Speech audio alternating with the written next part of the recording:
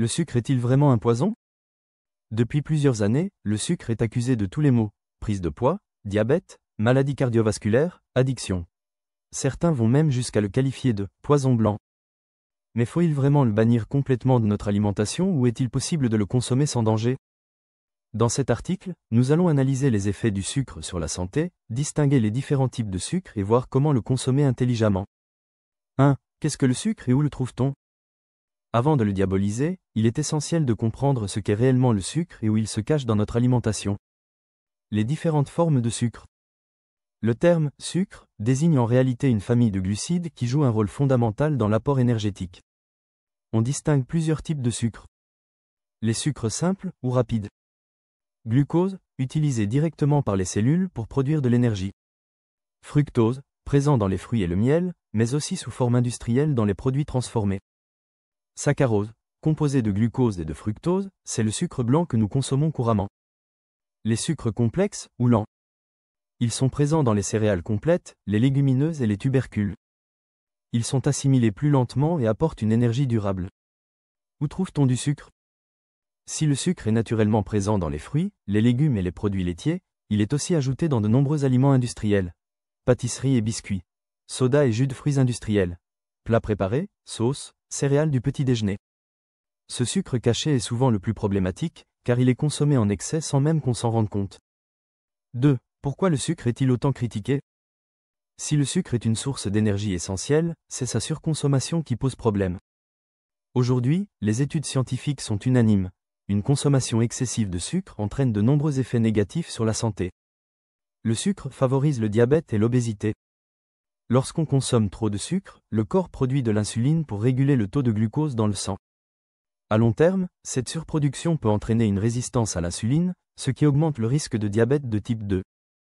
Par ailleurs, le sucre stimule la production de graisse et favorise la prise de poids, notamment lorsqu'il est consommé sous forme liquide, soda, jus sucré. Un ennemi silencieux pour le cœur. De nombreuses études ont montré que le sucre augmente le risque de maladies cardiovasculaires. En effet, un excès de sucre augmente le taux de triglycérides, des graisses qui bouchent les artères, favorise l'hypertension, facteur de risque majeur pour le cœur. Le sucre crée une addiction comparable aux drogues.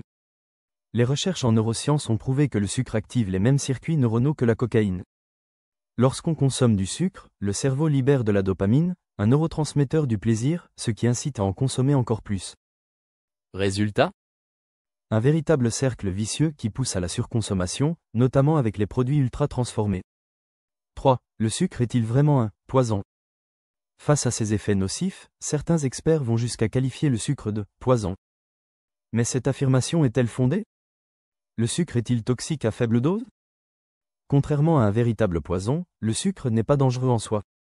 Il devient problématique uniquement lorsqu'il est consommé en excès et sous certaines formes, sucres ajoutés et raffinés.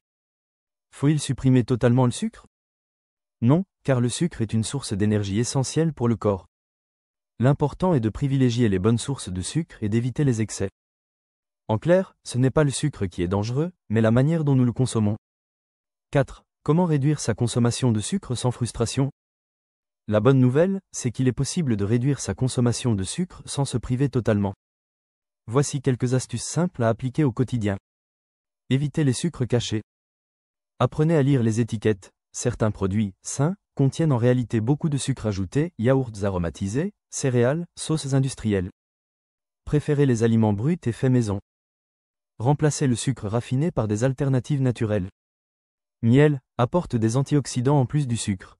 Sirop d'érable, riche en minéraux. Purée de fruits, bananes, dattes, une alternative naturelle dans les recettes.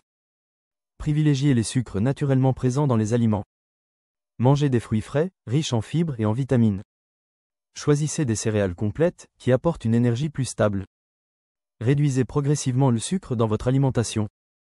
Diminuez petit à petit la quantité de sucre dans vos boissons chaudes. Optez pour des desserts moins sucrés, comme le chocolat noir. Misez sur les protéines et les bonnes graisses. Les protéines, œufs, poissons, légumineuses, et les bonnes graisses, avocats, oléagineux, permettent de prolonger la satiété et d'éviter les fringales sucrées. 5. Le sucre peut-il avoir des bienfaits? Malgré ses inconvénients, le sucre n'est pas totalement à bannir. Il joue un rôle clé dans l'énergie musculaire et cérébrale. Le glucose est le carburant principal du cerveau et des muscles. Les sportifs, par exemple, ont besoin d'un apport en sucre pour optimiser leur performance. Ils contribuent à une alimentation équilibrée. S'il est consommé avec modération et sous une forme naturelle, fruits, céréales complètes, le sucre fait partie d'une alimentation saine. Conclusion, le sucre, un poison ou un excès toxique? Le sucre n'est pas un poison en soi, mais son excès est réellement nocif pour la santé. Le problème vient surtout des sucres cachés et raffinés présents dans l'alimentation moderne. Plutôt que de diaboliser le sucre, adoptez une approche équilibrée. Privilégiez les sucres naturels, fruits, miel, céréales complètes. Évitez les produits ultra transformés et les sodas. Écoutez votre corps et réduisez progressivement votre consommation. Finalement, comme pour tout, c'est la dose qui fait le poison. Adoptez une consommation raisonnée, et le sucre ne sera plus votre ennemi.